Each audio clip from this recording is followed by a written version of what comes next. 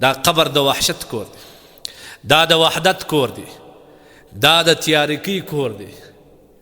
دی کې یوازې ستا سره عمل ځي، بل هېڅ شی نه ځي. ته چې هر څه کوې الله مه یېروه، ته چې هر څه کوې لمونځ مه یېروه، دغه لمونځ به بیا ستا شفاعت کوي. ته چې هر څه کوې قرآن مه یېروه، ته چې هر څه کوې روژه مه یېروه. یو روایت کې راځي نبی کریم صلی الله علیه وسلم فرمایي وایي کله چې مړی قبر ته وسپاري دا خاورې په راواړي دعا یې وسي قریبان ځینې روان سي.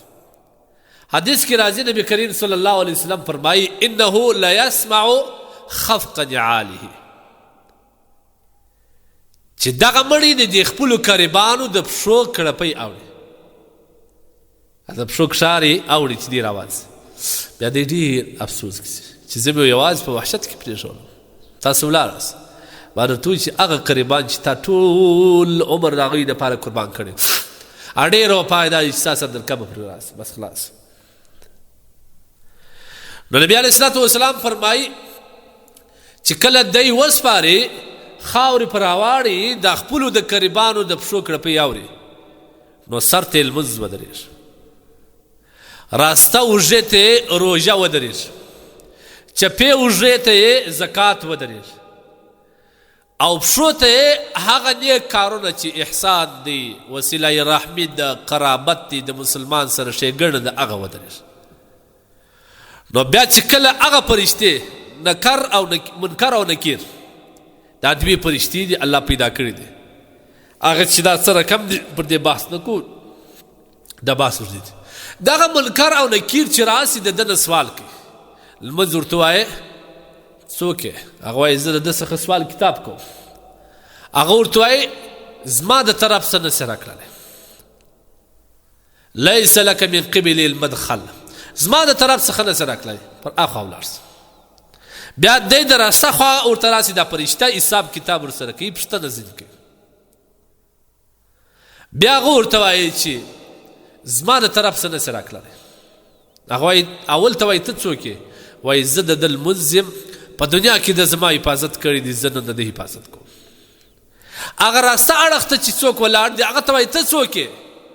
هغه وایي زه د ده روژه یم، په ګرمۍ او په یخني کې زه ډېر ښه ساتله، زما حفاظت یې کوئ، نن زه د ده حفاظت کوم. بیا چپه اړخ ته راسي دا منکر او نکیر، چپه اړخ ته راسي، بیا پوښتنه ځینې کوي. هلته بیا یې څوک ولاړ دی هغه ته وایي زما د طرف څه به نه راځي، دلته به سوال نه ځینې کوي. هغه وایي ته څوک یې؟ دی ورته وایي چې زه د ده زکات یم، په دنیا کې الله سبحانه وتعالی د ده په مال کې چې کوم شی الله انتخاب کړی و د فقراو دپاره د ډېر په مینه او محبت ورکوي، په چا احسان هم نه اچوي. نن خو چې موږ زکات ورکو 10 کاله احسان په اچوي. یو سړی که غریب یې وخت راپورت شي وایي دا زما په زکاتو راپورت شو، استغفر الله. دغه زکات چې چا په ښه نیت ورکړي دا به دفاع کوي. بیا به د فرشته ولاړ شي چې پښو خواته، هلته به بیا یې څوک ولاړ هغه وایي زما د طرف څخه نه څه راکړلی، ورسه د بلې خوا ولاړ شي. هغه وایي ته څوک یې؟ وایي زه د ده وسیله رحمي یم، زه د ده قرابت یم، زه د ده احسان یم، ده په دنیا کې زه سنبال کړی یم، نن به زه د ده دفاع کوم.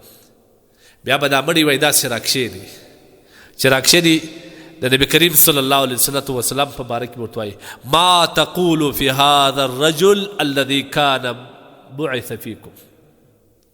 هغه کس چې په تاسو کې نبي رالیږل سوی و دا څوک و؟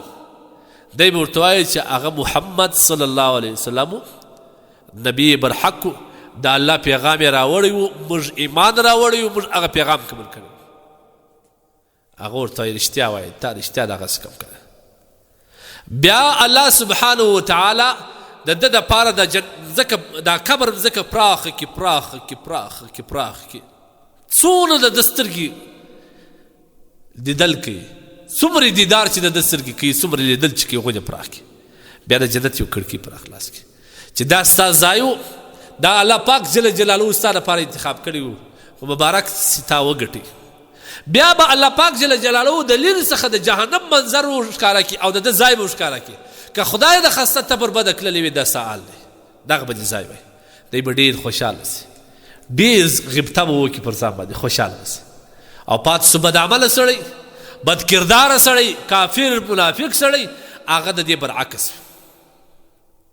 فرشتې به سوال ځینې کوي دی وایي ها ها لا ادري ها ها لا ادري بیا به چې کله الله پاک جل جلاله په ده دا مځکه راتنګه کړي دا پښتۍ دا سره تېر شي په جنت کې دته د لرې ځای معلوم که د نیک عمل کړی و هغه به دې ځای وایي بدبخته تا هغه ځای پرېښوئ په خپل عمل باندې ستا څه پاته شو دغه جهنم دې ځای دی نو ما ورته وویل چې قبر باید د قبر سهولت موږ په ځان باندې راولو د قبر سهولت په لمانځه راځي د قبر سهولت په جماعت کولو باندې راځي د قبر سهولت په روژو نیولو باندې راځي د قبر سهولت په نیک اعمالو باندې راځي د دنیا په وجه باندې د شیطان په وجه د نفس په وجه باندې ګوري په دې شیطان او د نفس په اتباع کې مه راځي دا ډېر تاواني دی د دې په وجه باندې خپل آخرت و قبر مه تباه کوي الله سبحانه وتعالی ستا دپاره ښه ځایب ټاکلی دی بد ځایب ته په خپل عمل ته په خپل اختیار باندې چې کوم انتخاب یې موږ تاسو وینو دا انسانان وینو بعض دومرې بدبختي ته مخه کړي سړی ورته ګوري لکه قصدا چکي هغه خپل ځای ته ځان رسوي نو کوشش دا باید موږ وکړو د قبر تیاری وکړو قبر د وحشت کور دی قبر د یوازیوالي کور دی